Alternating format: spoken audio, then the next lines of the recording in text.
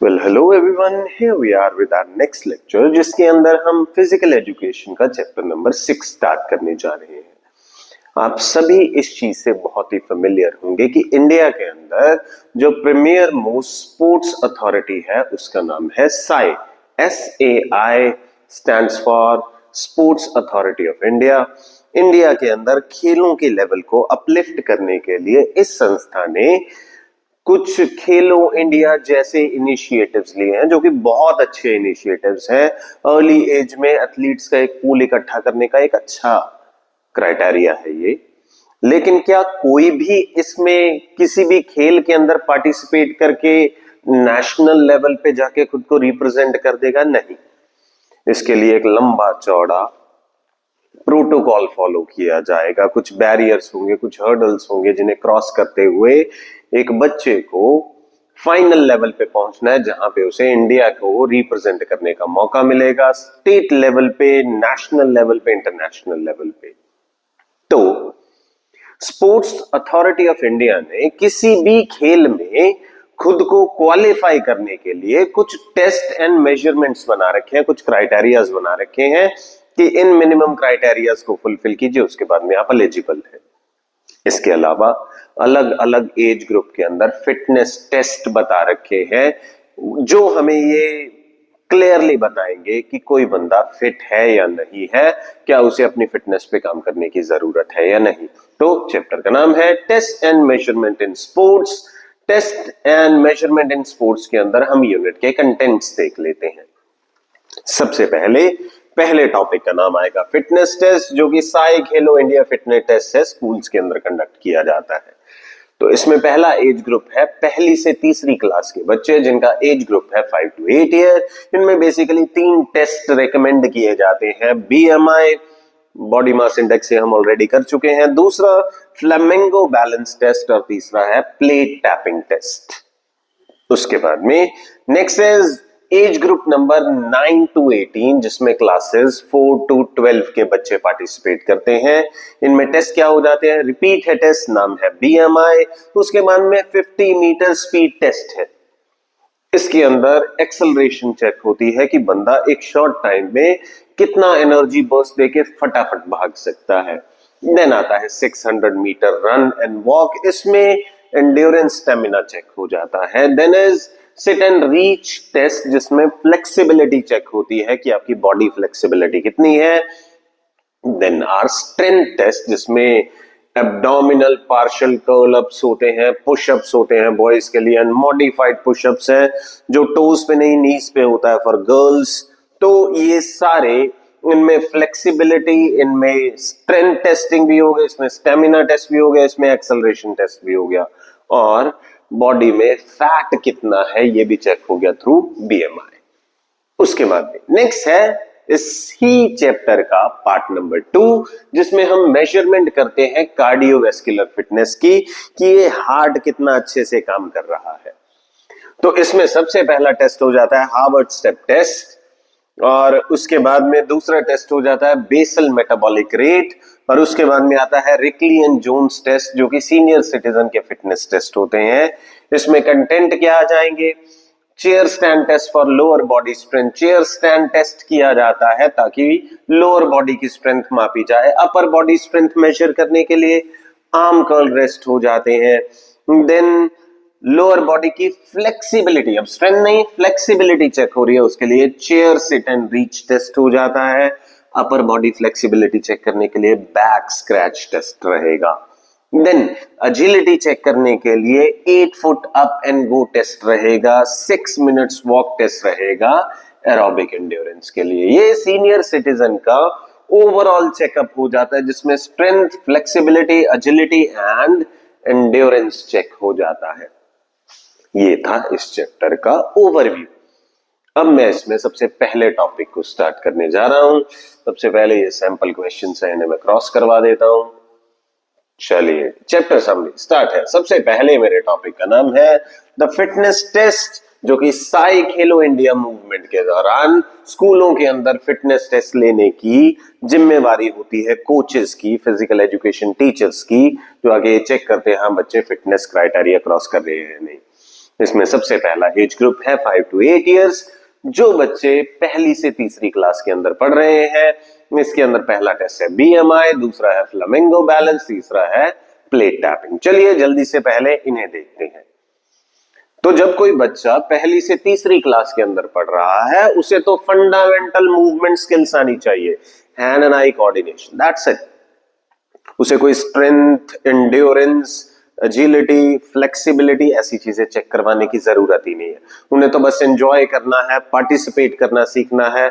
बस थोड़ा बहुत ये चेक कर लेंगे कि बच्चे की हैंड एंड आई मूवमेंट क्या आपस में कोऑर्डिनेटेड है या नहीं। तो प्राइमरी लेवल पे बच्चों को फंडामेंटल मूवमेंट स्किल्स आनी चाहिए, जिसे एफएमएस भी कहा जाता है। और ये जो स्पेसिफिक फिजिकल एक्टिविटीज होती है, जैसे पुशअप्स हैं, चिनअप्स वगैरह है, कर्ल अप्स वगैरह होती है, इनके लिए बाद की स्टेजेस रहेंगी ना। जब तीसरी क्लास को क्रॉस कर लेंगे, जब वो एज ग्रुप नंबर 2 के अंदर आ जाएंगे, दैट इज क्लास 4 to 12, तब ये strength testing and flexibility testing भी होती रहेगी। अभी फिलहाल के लिए इतने छोटे बच्चों के लिए सिर्फ फंडामेंटल मूवमेंट स्किल्स देखी जाती है। Locomotor, manipulative and body management abilities are key to success in most sports and physical activities. Locomotion का मतलब है चलना फिरना, मैनिपुलेट करने का मतलब है एकदम से सिचुएशन बदलते ही बॉडी की सिचुएशन को बदल देना। बॉडी मैनेजमेंट एबिलिटीज ये सारी जरूरी है। तो abilities of children in class 1 to 3 which needs to be measured and tracked are body composition, check करना है क्या बच्चा ओबीज तो नहीं हो रहा है, बचपन में क्या उसकी मूवमेंट तो कम नहीं है। दूसरा कोऑर्डिनेशन चेक करना होता है बच्चे का, हैंड एंड आई कोऑर्डिनेशन, उसके लिए प्लेट टैपिंग हो जाता है। और फ्लेमिंगो बैलेंस, एक टांग पे खड़े रहना, इससे बच्चे का बैलेंस टेस्टिंग हो जाता है। तो 3 चीजें जो चेक हो रही हैं वो क्या है, फैट चेक हो रहा है, कोऑर्डिनेशन चेक हो रहा है और बैलेंस चेक हो रहा है छोटे बच्चों का। तो सबसे पहला है बीएमआई, बॉडी मास इंडेक्स। ये तो खैर हम पहले भी कर चुके हैं, मैं फिर से रिपीट कर देता हूं आपके लिए। ये टेस्ट परफॉर्म किया जाता है बीएमआई। इसे कैलकुलेट करने का तरीका क्या है, बच्चे का वजन मेजर कीजिए। वजन मतलब जैसे सपोज उसका वजन है कितना, 25 किलो है, तो उसका वेट हो गया। और वेट किस में लेना है, यूनिट्स, किलोग्राम्स के अंदर। देन उसकी हाइट मेजर की जाएगी मीटर्स के अंदर। मीटर्स के अंदर यानी कि आप जाते हैं 1 मीटर और उसके बाद में आप सेंटीमीटर के यूनिट्स ले लेते हैं। सेंटीमीटर के अलावा आप इंच में मेजर करते हैं, आप फीट के अंदर मेजर करते हैं। जैसे 1 फीट के अंदर 12 इंचेस होते हैं, सेंटीमीटर के हिसाब से देखा जाए तो 30 सेंटीमीटर्स हो जाता है। तो बेसिकली ऐसे कई क्राइटेरियाज को यूज करते हुए हम बॉडी वेट एंड हाइट की मेजरमेंट लेंगे। तो बीएमआई का फॉर्मूला क्या जाएगा, weight divided by height square, और हाइट किस में लेनी है, मीटर्स में, और जो भी डिवाइड करने के बाद वैल्यू आए वो बीएमआई होगा। तो उससे मुझे पता क्या चल जाएगा, इससे बॉडी कॉम्पोजिशन का पता चलता है कि बॉडी के अंदर मसल और फैट का डिस्ट्रीब्यूशन कितना है। और इसके लिए जो 2 क्राइटेरिया यूज किए गए वो क्या थे, वो था बॉडी का वजन और हाइट इन मीटर्स। तो ये रहा वो रीडिंग जो निकल के सामने आएगी। थोड़ा ब्लर्ड विजन हो सकता है, मुझे एक बहुत अच्छी पिक्चर इसमें एक्सप्लेन करने के लिए नहीं मिली, पार्डन मी फॉर दैट, लेकिन मैं इसे समझाने की कोशिश कर दूंगा। अंडर वेट कैटेगरी के अंदर ये weight divided by height square की वैल्यू जो है वो 18.5 से कम आएगी, तो ऐसे में बच्चा कमजोर माना जाएगा। अगर यही रेंज 18.5 से 24.9 तक की आती है तो एक नॉर्मल वेट कैटेगरी होगी। अगर ये 25 से लेके 29.9 आती है तो उसे ओवरवेट माना जाएगा। अगर ये 30 से 34.9 है तो उसे ओबीज क्लास 1 माना जाएगा, यानी मोटापे की शुरुआत। उसके बाद में देन ओबीज क्लास 2 कब माना जाएगा, जब ये बीएमआई की वैल्यू 35 से 39.9 आएगी, और ओबीज क्लास 3 तब माना जाएगा जब ये 40 से ऊपर आएगा। आगे बढ़ा रहा हूं। नेक्स्ट है प्लेट टैपिंग टेस्ट। ये कोऑर्डिनेशन चेक करने का तरीका है, जरा पिक्चर देखिए। इसमें बच्चे का वो हैंड जो कि उसका नॉन फॉर्मल हैंड है। नॉन फॉर्मल मतलब अगर आपका बच्चा राइट हैंड से लिखता है तो उसका नॉन फॉर्मल हैंड उसका लेफ्ट हैंड हो जाएगा। अगर आपका बच्चा लेफ्टी है तो राइट उसका नॉन फॉर्मल हैंड हो जाएगा। इसमें करना क्या होता है, इसमें पहली बात तो प्लेट टैपिंग टेस्ट ये क्या मेजर करता है, speed and coordination, limb movement के अंदर कोऑर्डिनेशन कितनी है। इसमें फोर लिम्ब की मूवमेंट चेक की जाती है, हाइंड लिम्ब का कुछ भी नहीं होता है। तो इंफ्रास्ट्रक्चर एंड इक्विपमेंट क्या चाहिए, आपको एक टेबल चाहिए जिसकी हाइट आप एडजस्ट कर सके, ताकि मान के चलिए अब क्या पता बच्चे की हाइट कितनी हो, ऐसा ना हो कि उसे बहुत ज्यादा झुक के खड़ा होना पड़ रहा है, ऐसा नहीं कि वो प्लेट टैपिंग के दौरान लेवल उसके यहाँ पे आ रहा है। हाइट एडजस्टेबल होगी तो एक कंफर्टेबल हाइट तक आप टेबल को एडजस्ट कर पाएंगे ताकि बच्चे का टेस्ट आसानी से हो सके। तो एक टेबल जिसकी हाइट एडजस्ट की जा सकती हो, दो येलो डिस्क चाहिए जिनका डायामीटर 20 सेंटीमीटर का हो, एक रेक्टेंगल चाहिए, एक रेक्टेंगल चाहिए अलग कलर की, वो कौन से कलर का होता है, जनरली प्रेफर किया जाता है ब्लू कलर, और इसका जो एरिया है दैट इज 30 बाय 20 सेंटीमीटर। आपको साथ में चाहिए एक स्टॉप वॉच। तो परफॉर्म करने का तरीका क्या है, अगर पॉसिबल है टेबल की हाइट इस तरह से एडजस्ट कीजिए कि वो जो बच्चा पास में खड़ा है वो कंफर्टेबली खड़ा हो सके डिस्क के सामने। तो ऐसे में मान के चलिए कि मैं एक राइटी पर्सन हूं, तो मेरा नॉन फॉर्मल हैंड कौन सा हुआ, लेफ्ट। इस बच्चे में भी कुछ ऐसा है, उसने लेफ्ट हैंड को बीच के स्क्वायर के ऊपर रखा। अब यहां पे बीच का गैप कितना होगा ये यहां पे बताया जाएगा। दो येलो डिस्क कॉर्नर पे रखिए और उनके बीच में सेंटर टू सेंटर जो गैप है वो 60 सेंटीमीटर का होना चाहिए। यानी एक सर्कल है, सर्कल का जो सेंटर पॉइंट है यहां होगा अप्रोक्सीमेटली, एक सेंटर पॉइंट यहां पे होगा और दोनों के बीच का गैप कितना होना चाहिए, 60 सेंटीमीटर। और उसके बिल्कुल सेंटर में क्या प्लेस करना है, एक रेक्टेंगल प्लेस करना है। दोनों डिस्क के सेंटर के बिल्कुल सेंटर में आप क्या कीजिए, एक रेक्टेंगल प्लेस कीजिए। नॉन प्रेफर्ड हैंड जो है वो प्लेस करना है रेक्टेंगल पे। जैसे ये बच्चा राइटी था तो इसने अपने लेफ्ट हैंड को कहां पे प्लेस कर लिया है, रेक्टेंगल के ऊपर प्लेस कर लिया है। उसके बाद में क्या करना है, उसके बाद में जो प्रेफर्ड हैंड है उससे दोनों सर्कल्स को टैप करना है फटाफट, as quickly as that child can. और इस दौरान टोटल कितने साइकिल रिपीट करने हैं, 25। यानी कि अगर मैं नॉन प्रेफर्ड हैंड से रेक्टेंगल को टच करे रखा हूं तो उसके बाद में मुझे प्लेट टैपिंग करनी है। प्लेट टैपिंग कितना होगा, अगर मैं एक राइट साइड वाली प्लेट और एक लेफ्ट साइड वाली प्लेट को या सर्कल को मैं टच करता हूं तो वो एक साइकिल माना जाएगा। यानी कि single tap single tap single cycle, दो टैप्स कंसिडर करेंगे एक साइकिल को। तो यानी कि टोटल 50 टैप कितने साइकिल्स पूरे कर लेंगे, 25 साइकिल्स। तो सब्जेक्ट प्रेफर्ड हैंड से बैक एंड फोर्थ डिस्क को टच करेगा एज क्विकली एज पॉसिबल और ये 25 बार रिपीट करना है, 50 टैप हो जाएंगे। 25 टैप्स राइट साइड वाली सर्कल के ऊपर एंड 25 टैप्स लेफ्ट साइड वाले सर्कल के ऊपर। स्कोरिंग का तरीका क्या है, 25 साइकिल कंप्लीट करने के लिए जितना भी टाइम हुआ वो बच्चे का स्कोर होगा। उसके बाद में अगले बच्चे को बुलाया जाएगा, जितना क्या भी पूल इकट्ठा करना है। सपोज मान के चलिए 50 बच्चों का पूल चाहिए जो सबसे क्विकेस्ट होंगे या जिनके मैक्सिमम नंबर ऑफ टैप्स होंगे। प्रेफर्ड तरीका क्या कि 25 साइकिल कंप्लीट करने में जिसने मिनिमम टाइम लिया होगा वो रैंक 1 होगा, और ऐसे जितने का भी तुम्हें पूल चाहिए वो पहले कुछ बच्चों को सिलेक्ट कर लीजिए। तो ये स्कोरिंग का एक तरीका रहेगा। उसके बाद में दूसरा टेस्ट है फ्लेमिंगो बैलेंस टेस्ट। नाम जितना टफ सा लग रहा है उतना ही सिंपल।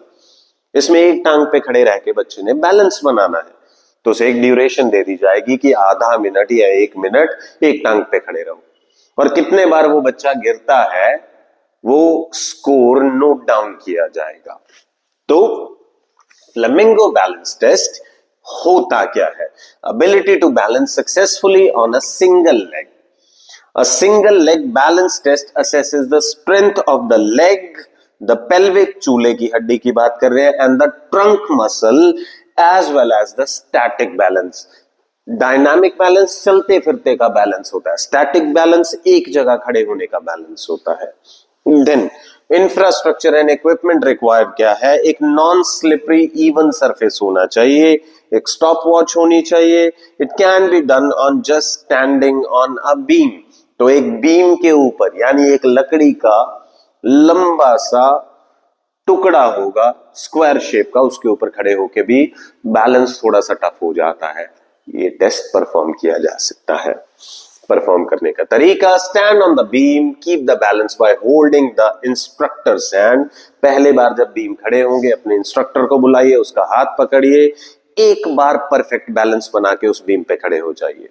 उसके बाद में then while balancing on the preferred leg, the free leg is flexed at the knee and the foot of this leg is held close to the buttocks। तो करना क्या है, जो भी तुम्हारी प्रेफर्ड लेग है उस पे बैलेंस बनाओ और जो दूसरी टांग है उसे फ्लेक्स करो यानी 90 डिग्री पे मोड़ो और उसे अपने हैंड से पकड़ के अपने बटक्स के साथ टच कर लो।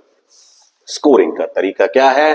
The total number of falls और losses of balance in 60 second is the recorded value. मान लीजिए वो बच्चा 60 सेकेंड में 10 बार गिरा तो वो उसका लॉस होगा या वो उसका स्कोर होगा। एक और बच्चे का ये टेस्ट परफॉर्म किया, वो 12 बार गिरा, तो जो 10 वाला है उसे एडवांटेज होगी। कितने मिनिमम बार वो बच्चा गिरा उतनी ही वो उसका एडवांटेज होगा। If there are more than 15 falls in first 30 second, अब कई बच्चे हैं उनको बहुत समस्या होती है बैलेंस बनाने में। अगर पहले 30 सेकेंड में ही बच्चा कम से कम 15 बार गिर जाए तो ये टेस्ट टर्मिनेट हो जाएगा, उस बच्चे को डिस्क्वालिफाइड माना जाएगा। तो इसके बाद में नेक्स्ट आता है हमारे पास एज ग्रुप 9 to 18 ईयर्स, यानी कि वो बच्चे जो क्लास 4th से 12वीं के अंदर पढ़ रहे हैं। इनके अंदर ओवरऑल फिजिकल फिटनेस टेस्ट किया जाता है। इनके अंदर इनका एक्सेलरेशन भी चेक किया जाएगा, स्ट्रेंथ भी चेक किया जाएगा, फ्लेक्सिबिलिटी भी चेक किया जाएगा, स्टैमिना भी चेक किया जाएगा। तो इसके टेस्ट क्या है? बीएमआई वही सेम टेस्ट हो गया। देन 50 मीटर स्पीड टेस्ट, इसमें उसकी एक्सेलरेशन चेक की जाएगी कि मिनिमम टाइम में वो कितना मैक्सिमम फोर्स जनरेट कर सकता है, कितनी तेजी से भाग सकता है। 600 मीटर रन एंड वॉक के अंदर एंड्योरेंस चेक हो जाएगी। देन सिट एंड रीच में उसकी फ्लेक्सिबिलिटी चेक हो जाएगी। Curl up, push up and modified push up के अंदर बच्चे की स्ट्रेंथ चेक हो जाएगी।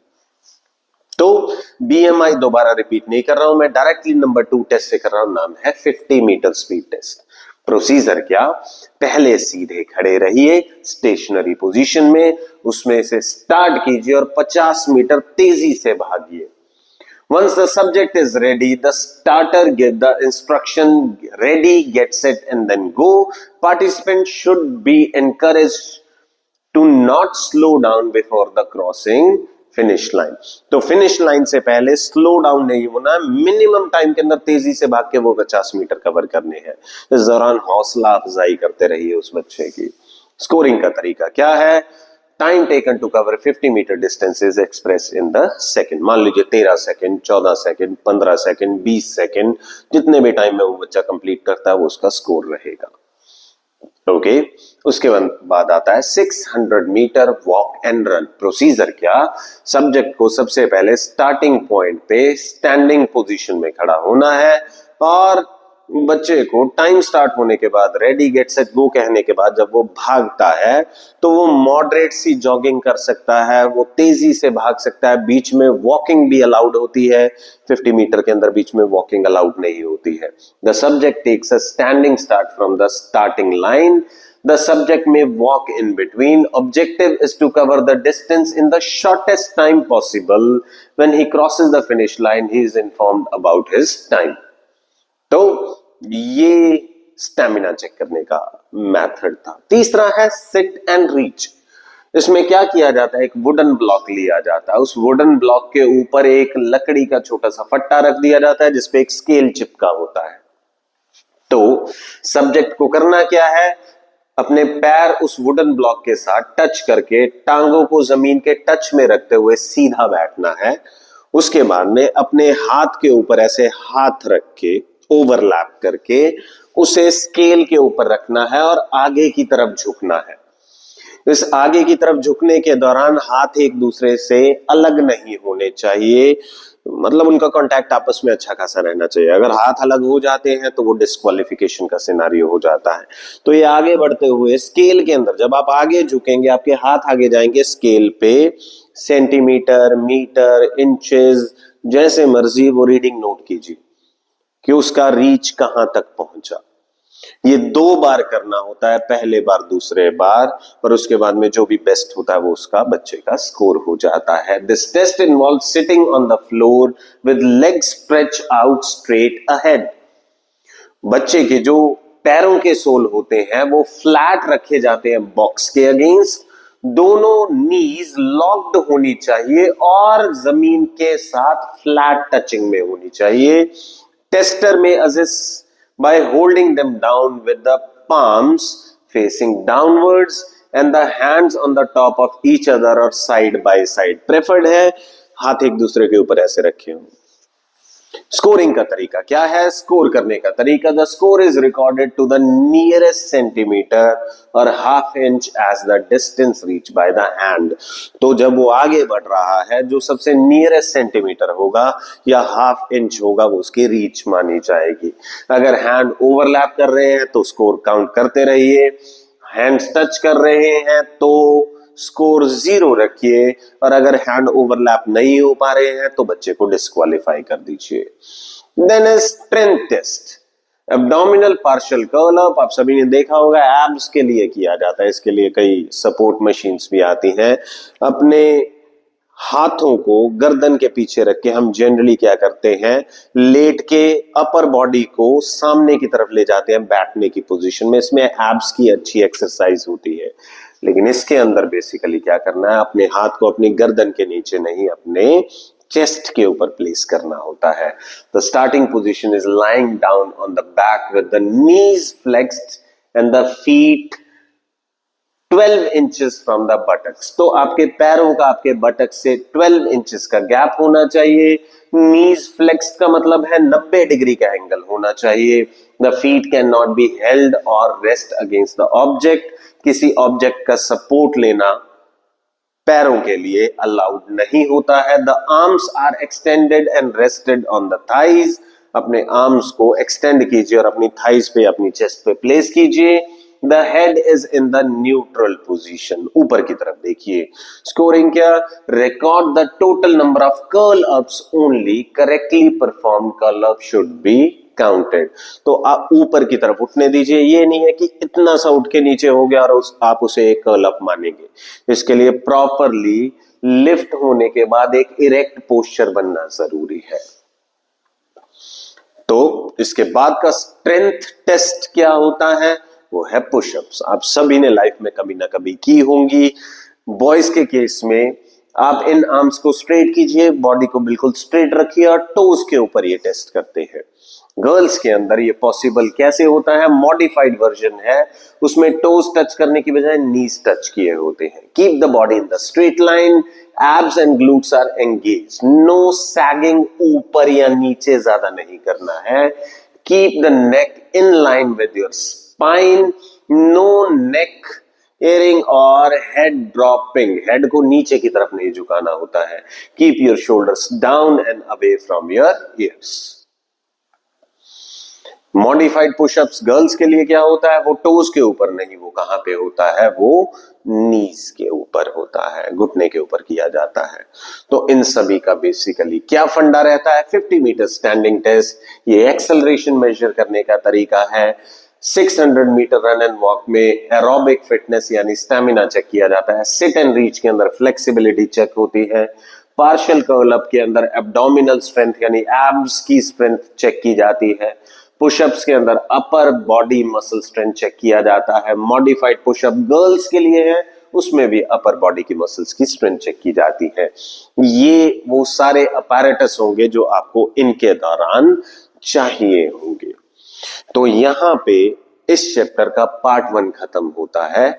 इसके बाद में अगले पार्ट के अंदर हम सीनियर सिटीजन के पार्ट की तरफ मूव करेंगे।